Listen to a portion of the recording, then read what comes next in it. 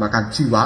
Dengan ketakutan dia berkata, sial, Xiaoyan tidak akan pernah bisa menerima serangan petir seperti ini. Namun, detik berikutnya, raut wajah dari Tuan Makan Jiwa telah berubah, dipenuhi dengan keterkejutan. Kemudian dia mengatakan, tunggu dulu, situasi macam apa ini? Kenapa kekuatan di dalam tubuh Xiaoyan seolah-olah telah meningkat pesat? Dan bahkan, hal itu lebih kuat jika dibandingkan dengan kekuatanku ketika masih hidup. Apa yang sebenarnya terjadi pada Xiaoyan ini? Sekarang, Xiaoyan sebenarnya telah pingsan akibat tekanan luar biasa yang dimunculkan oleh serangan petir ke-10. Dan Xiaoyan benar-benar tidak menyadari bahwa tato klan Xiao miliknya telah memunculkan sebuah sosok yang sangat besar. Sosok ini pun kemudian berkata pada petir yang ada di langit, putraku dari klan Xiao bukan seseorang yang bisa dilenyapkan dengan mudah oleh petir seperti dirimu. Setelah mengatakan hal seperti ini, sosok tersebut melambaikan tangan dan kemudian diar. Sambaran petir ke-10 hancur dalam sekejap. Awan petir yang berada di langit juga telah mengeluarkan sebuah suara yang cukup terkejut. 10 Yama, penjaga klan Xiao, sebenarnya kau tidak mati.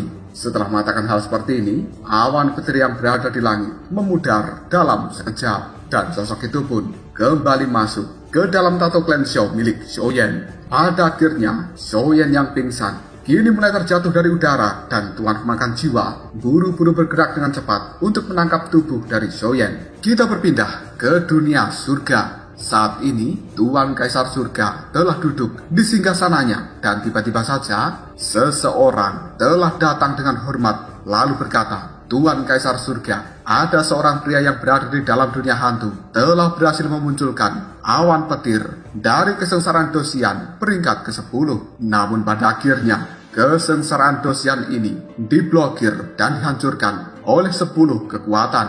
Rasa-rasanya 10 kekuatan itu sangat mirip dengan 10 pelindung dari kuil klan Xiao yang tersebar di dunia 1000 besar. Tuan Kaisar Surga hanya bisa tersenyum sambil menimpali.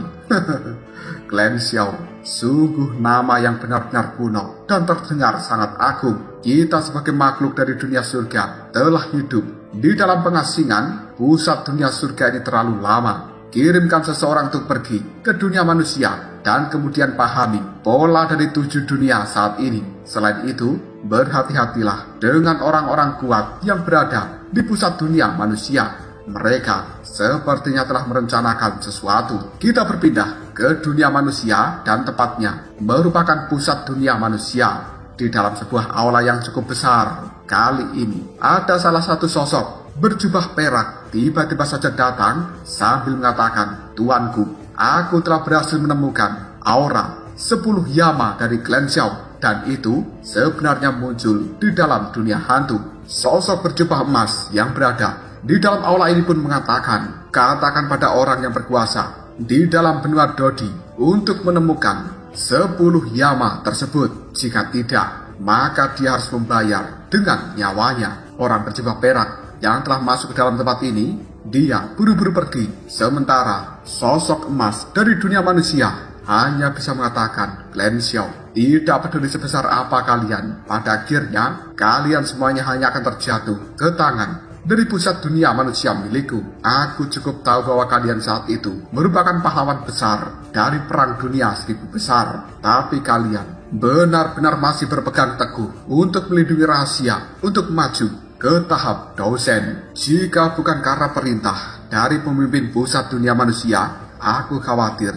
seorang dosen di dalam klan Xiao milikmu tidak akan pernah bisa melindungi kalian semuanya. Meski kalian anggota dari klan Xiao juga telah banyak dari penjara di dalam tempat ini, kalian masih bersikeras untuk tidak mengatakan rahasia maju ke tahap dosen. Tapi aku percaya bahwa selama aku bisa menemukan 10 Yama dari klan Xiao, maka kita akan bisa menanyakan lokasi surga yang hilang. Dan saat itu benar-benar tugas yang mudah untuk bisa maju ke tahap dosen alias Dewa Perang alias God of War. Dan ketika hal itu terjadi, ras jahat asing tidak akan pernah berani menginjakkan kakinya di dalam dunia manusia, karena kita akan memiliki banyak orang yang berada di tahap dosen.